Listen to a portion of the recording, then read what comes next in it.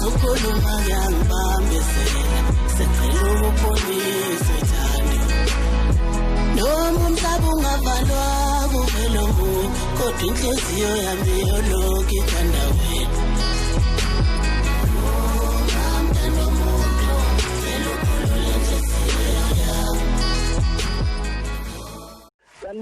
Sanibonani njani? Siyaphila thina njani wena?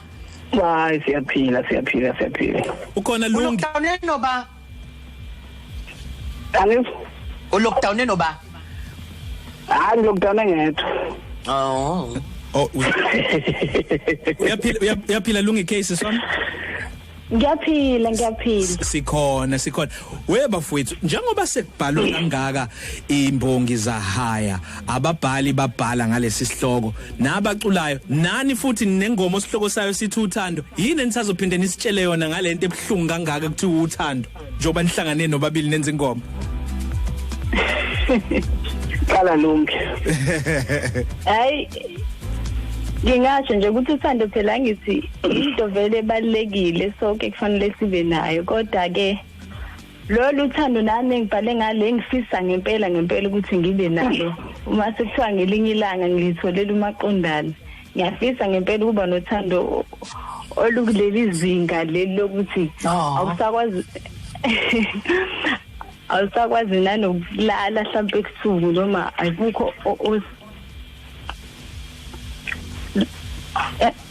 Kathi uyanqamuka ulungi kodwa umethi ulungi ngelinye ilanga ngithula umaqondana la eduze sebeze benza ingoma naye untencane usaloku ubheka ukuthi ngelinye ilanga intencane naye intombazane Kawa ngoba ke sobabili asinabo umaqondana kodwa sifuna umaqondana sobabili yebo Hawu Hawu selfie konzenjani Yeah Right. Yeah, ngathi mangingabuyela embuzweni wakho nje mfethu wothando uthando ngathi lufana nokudla. Yebo. Ukudla noma ngakubinda kodwa kusasa uyakudinga futhi yabo. So wonke umuntu ophilayo uyalidinga uthando kungakhathalekile ukuthi likuhlukumeza kangakanani.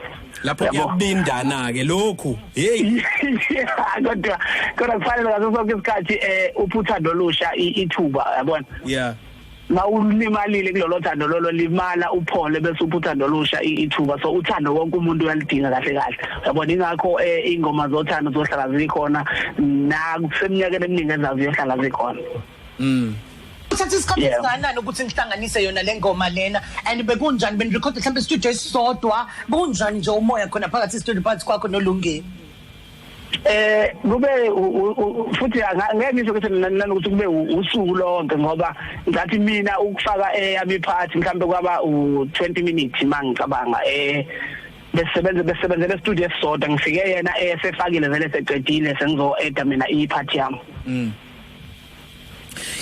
Ngiyazi ukuthi kusa ziningi ezinye ingoma ezisazophuma Lungi K nawe entencane kule compilation album yomsakazo uKhozi FM kodwa ngivamisile ukugeja ngithema ngizwa uhlelweni isidlo sasekuseni ungazi uthi ngoba izoba yenye yeingoma mina at least noma kuyi top 3 yeingoma engizoyithanda kakhulu kule album ukuze omunye umuntu ayizwe lengoma akenze njani bafowethu ake nimtsheleni ahambe yoyizwela ngoba yebo sizomdlalela kodwa futhi uyadinga ukuthi abe naye ocingweni lakhe Thatha Lungi. Usakhona Lungi K? Ngathi usehambile. Salithuqedela intencane mfethu umlaleli wethu angayithola kuphi lengoma. Umlaleli uthumele iSMS bese beshilo lapha ku promo iSMS ke ibiza u10 rand azitholela ingoma bafethi imnandi kakhulu aka SMS bazitholela abantu hayi le ndaba kokuthumelana ngeWhatsApp bafethu umuntu SMS ngiyena khona siku lockdown yebo asisebenzi futhi but u10 rand ngicabanga ukuthi into enkulu kakhulu ukuthi sifake support inkulu kakhulu lento bafethu uKhozi lo celebrate 50 years and ngijabulile mina ukuba ingxenye kulonyaka ukuthi kube yimina offer kuKhozi ku60 years uyabona yeah yes kube unyaka oyinqophamlando kakhulu kuwena njengoba futhi usuyinqophamlando njengoba ungena kule compilation album kule compilation album yebo siyabonga nje kakhulu kuyajabulisa kakhulu nawe Lungi Case swami sikufisela okuhle kodwa siyabonga kakhulu nawe ukuthi ube khona kule compilation album Vayelisa kumlaleli. Hayi ngathi uhamba impela uLungi K tencane Vayelisa kumlaleli ngisayifaka le ngoma mfowethu.